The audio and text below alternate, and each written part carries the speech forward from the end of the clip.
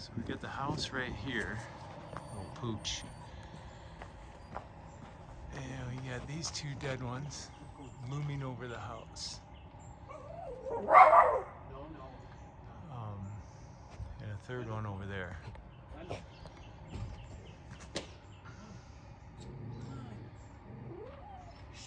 So we definitely don't want a side brake. We got a GRCS set up down below where Brandon's at. We're gonna try to pull that big one off that way. Now the question is, do we pull the little one first? Because if that side branch up there,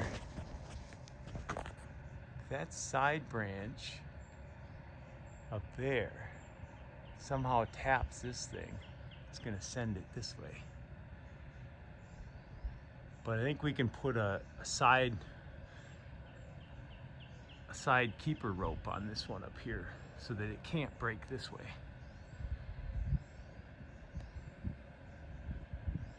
And oh yeah, it's not that one we're doing, it's this other one over here.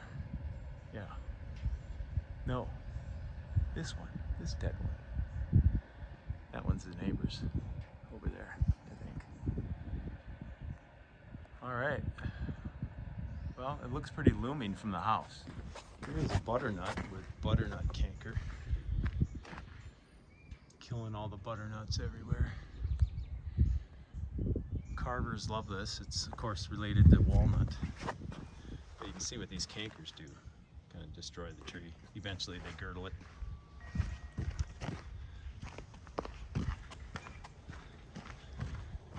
So here we are. There's the trees.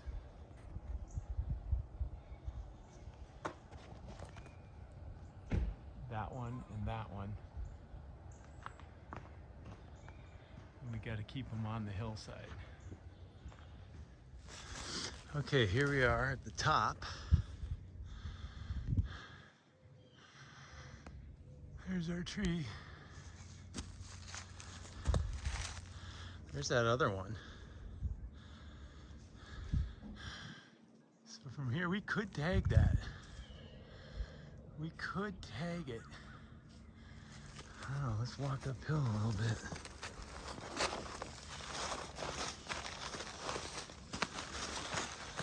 We don't want to tag that. I think we're gonna pull this one first. And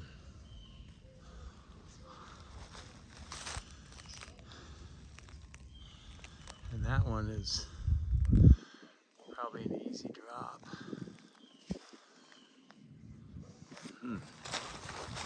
Let's look over here. I mean, we got one shot here, folks. We don't want to wreck it. I think if we pull this one this way,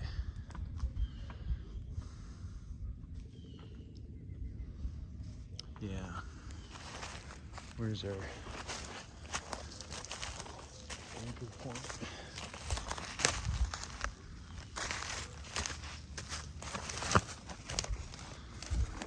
Okay, we could pull it right to this tree and all the way down to the GRCS. Brandon, I think we're gonna pull this little one first. That one? I don't want this one tagging it and sending it to the house. Yeah, that's a good idea. So we're better off just to get it out of the way. I can pull this little, what is it, a little elm or something. I can pull out of the way a little bit, get a clean shot. By the time it comes in contact with this other little oak, it'll be uphill leaning enough that it'll come over. But yeah, I think that'll be the best. Okay, so Brandon's coming up with a pole line. We get this pole line right here through this little micro block. Goes up into that tree. So we're gonna pull that one over first. And then it'll just sort of crash down in here. Then we don't have to worry about this one tagging it. I'd hate for that branch out there to tag that and send it to the house. That'd be crazy, but totally plausible. This one here, we were gonna do 3 fellings. You know, he was waffling on the price. We took this one off, but you know, if this goes well, we'll probably do a value added for him here and get this one out of here too. You know, but first thing the client says to me this morning is, "Are you as nervous as I am?"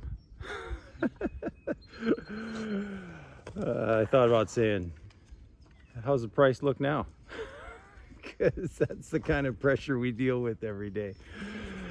So at any rate, I didn't say that. But yeah, you know, this is high tension work. We got 1 shot, 1 kill. And we got to do it right the first time. And so we best take our precautions. Now on this big one, once I get this, we've got 2 ropes here. We've got a short rigging rope and we got a long one. So the long one will reach on this big pole, but the short one I'm going to set to an alternative side tension point over here. Let me show over here, and have a side rope coming this way, so that'll, if it wants to, and we might take out that tree on the way. I didn't think of that. That side rope will wrap that tree and probably fracture it. I'll have to think that through if I want that to happen, or if I want to just get this one out of the way before I do that. But we've got room this way, so if that side rope comes across that tree, it'll pull my tree this way versus towards the house. So anyways, lots to think about here. Felling in the forest, but we'll play it by ear. I kind of want a side pull on this bad boy because I don't want it to go to the house. Okay, crank her up, Brandon. I'll tell you when to quit.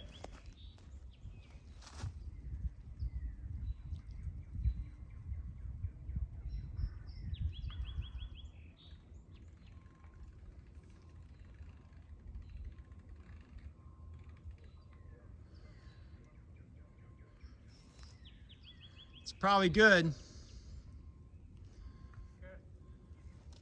All right, let's go set up the fall.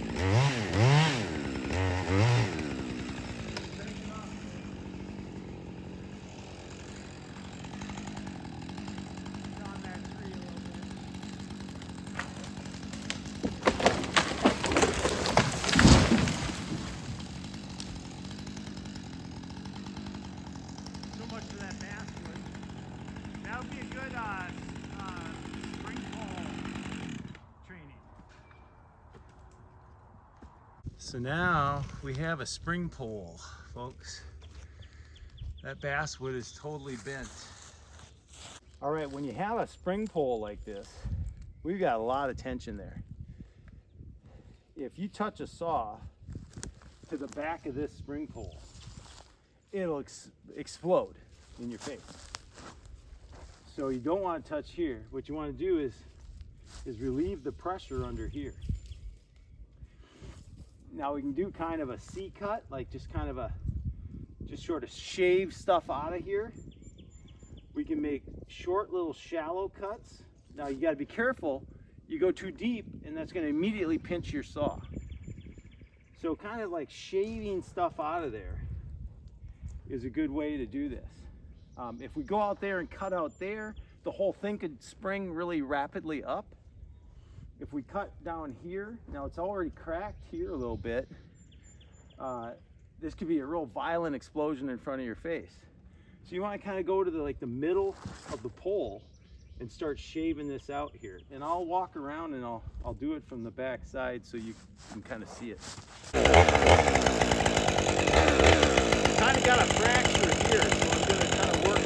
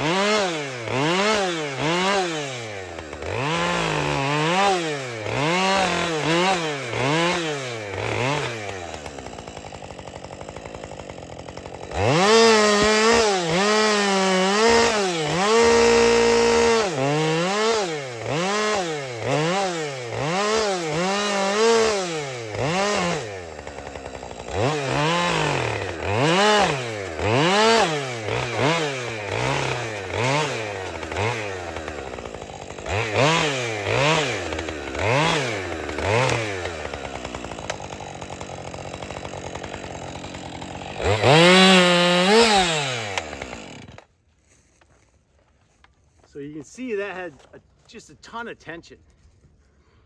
So you want to stay out of the way of it. You know, you could have stayed out of the way and tried to just do it right from the back, but it would have been a very violent jump. Even with all that relief cutting, it still moved a good 18 inches. So when you're dealing with a spring pole, you gotta, just use caution, take your time. there's another day. All right. Game of trees. We're having fun.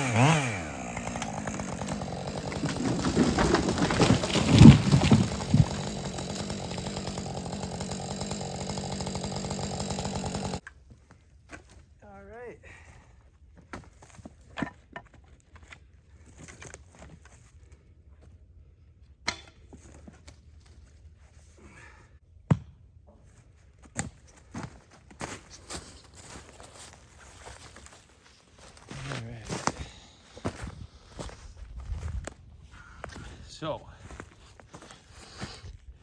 we did our plunge cuts. They were a little offset. And then we put our wedges in. And then we made the back cut a little below that.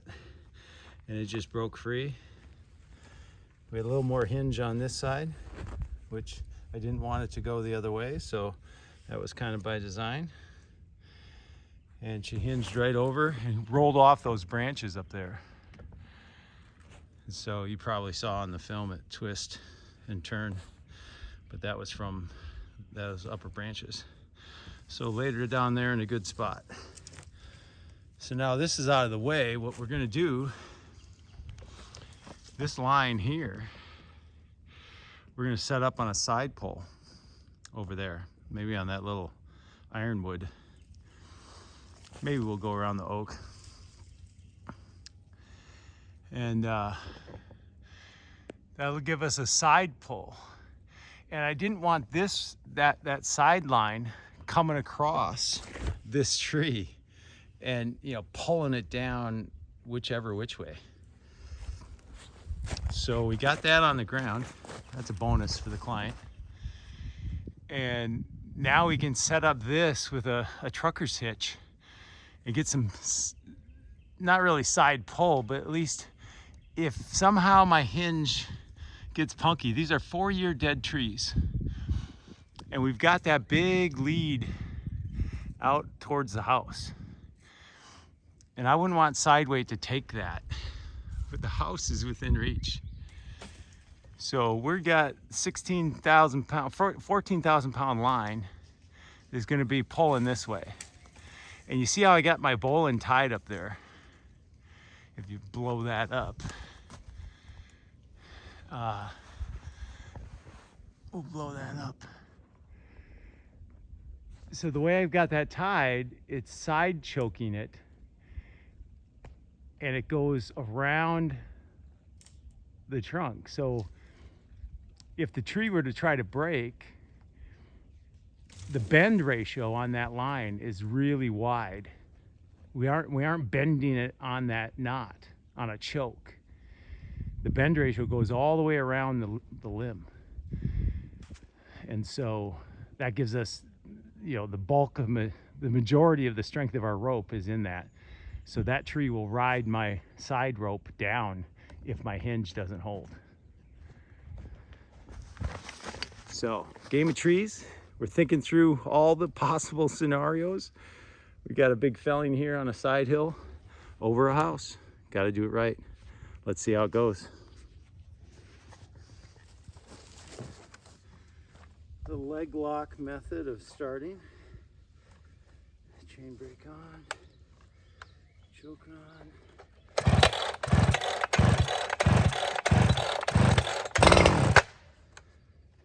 You don't have to start this on the ground.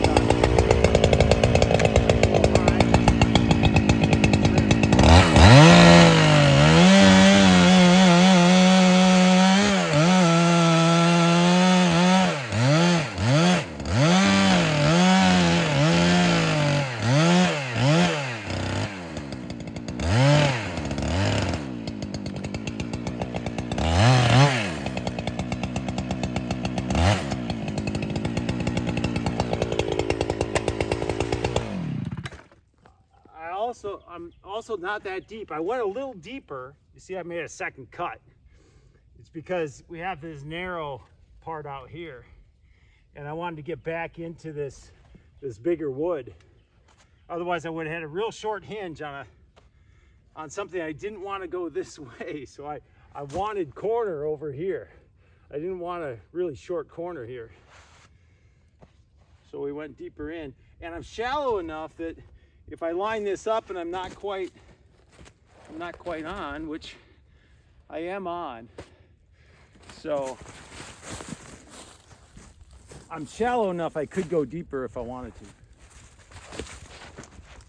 But I think we're good. Now I think I'll make a plunge cut because we do have tension on it with the GRCS, so I want to do a plunge cut.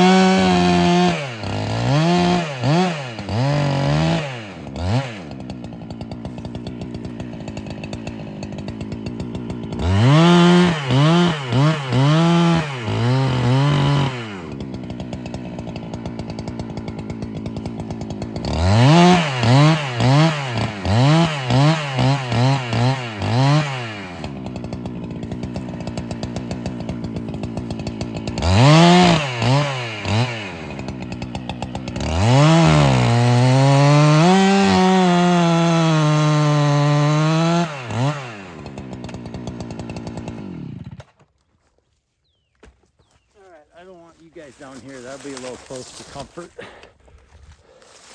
The tripod's almost as much as my phone. Get you set up back here.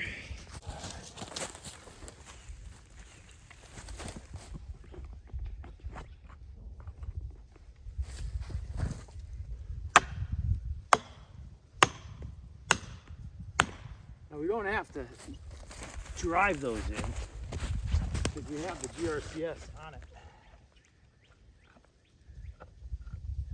I definitely don't want to drive this one.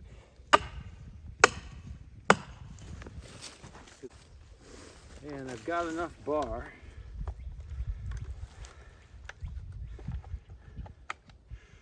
Are you ready, Brandon?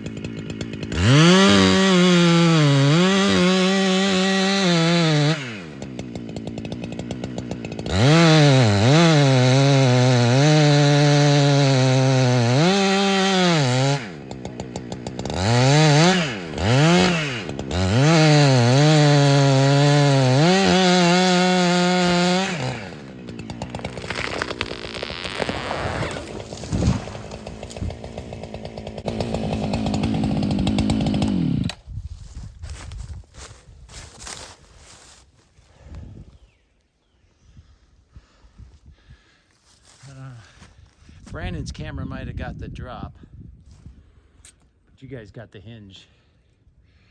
Well, we took the top off of that poor guy. Couldn't quite get by it. Maybe we'll leave it. It'll grow. But it's safely down. We had a little shrapnel over there towards the edge, but nothing in the lawn. Stayed towards the woods. Look at that big spear. One big one speared in the ground. Where is it? Right there.